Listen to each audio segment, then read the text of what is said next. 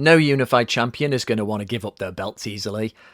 But everyone is pretty much in agreement that no matter how hard Marlon Tapales tries to hold on to those IBF and WBA titles, Naoya Inoue is almost certainly going to be ripping them away from him this Boxing Day, again in Japan, and there's really not a lot he can do about it. Now, we don't want to just make these dismissive, sweeping statements that sounds like Tapales has got less of a chance than Buster Douglas against Mike Tyson, but this is kind of what happens when you see a talented guy going all the way back to his amateur days just go from strength to strength. He retains the power, he adds more to his arsenal, and now at 30, I think Inoue is at this refined peak. He's a little bit more patient. He uses that body jab a bit more just to open you up. He's a bit sharper with his defense. And against Fulton, we saw a game plan get beautifully implemented. And with Tapales being a southpaw, perhaps somebody can drop it down in the comments as to what the actual record is. But I think I read something that no southpaw has gone any further than 3 rounds with Inoue. Omar Narvaez back in 2014, he didn't see the third. Payano didn't even see the second. Inoue is super effective against southpaws. Of course, the straight right hand is one of his many best punches. It doesn't make grammatical sense, but you know what I'm talking about. Whether it's the hook to the body, the right hand right down the middle, Inoue has got a variety of fight-ending shots.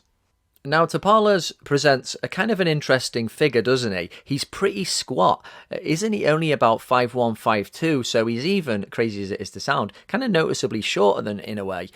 And going off what is no doubt his career best performance, going back now just to April, what he did against Akhmadaliev, who was the guy we expected to be there for Inoue after he'd dealt with Fulton. Tapales played his hand really well over those 12 rounds. He was patient. He was bold when he needed to be, throwing in lead uppercuts.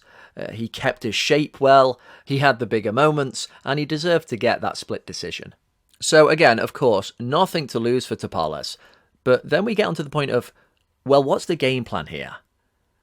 Against a guy who is your physical superior, who is so quick, precise, good on the counter, can work off a wonderful jab.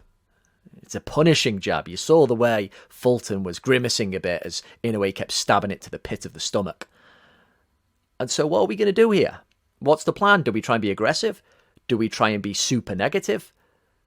In situations like this, I certainly don't have the answers. I'm just thinking, right, try and do something illegal without getting yourself disqualified. Maybe headbutt Naoya. Be very unsportsman about it. Get him emotional, and then take it from there. Win at all costs, right?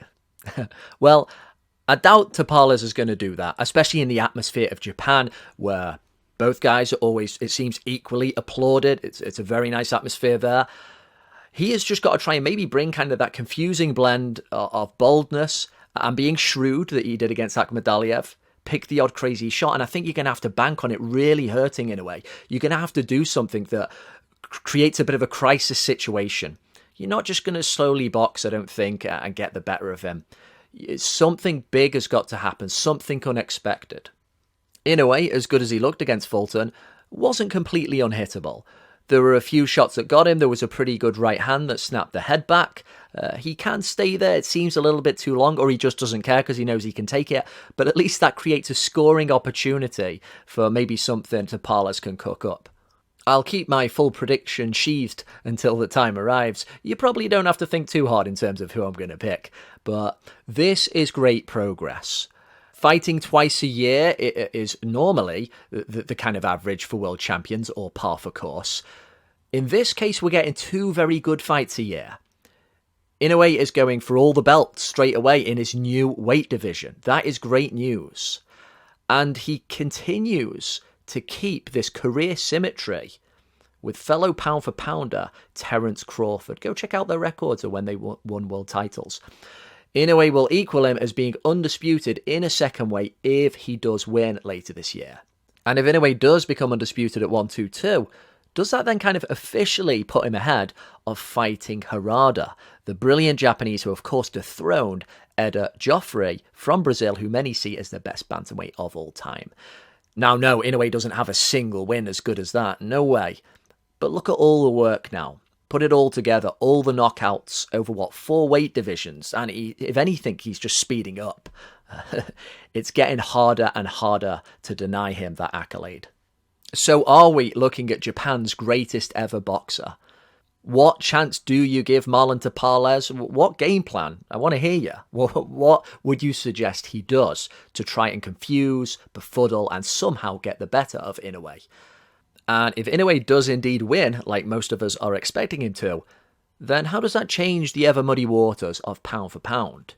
Is he your number one?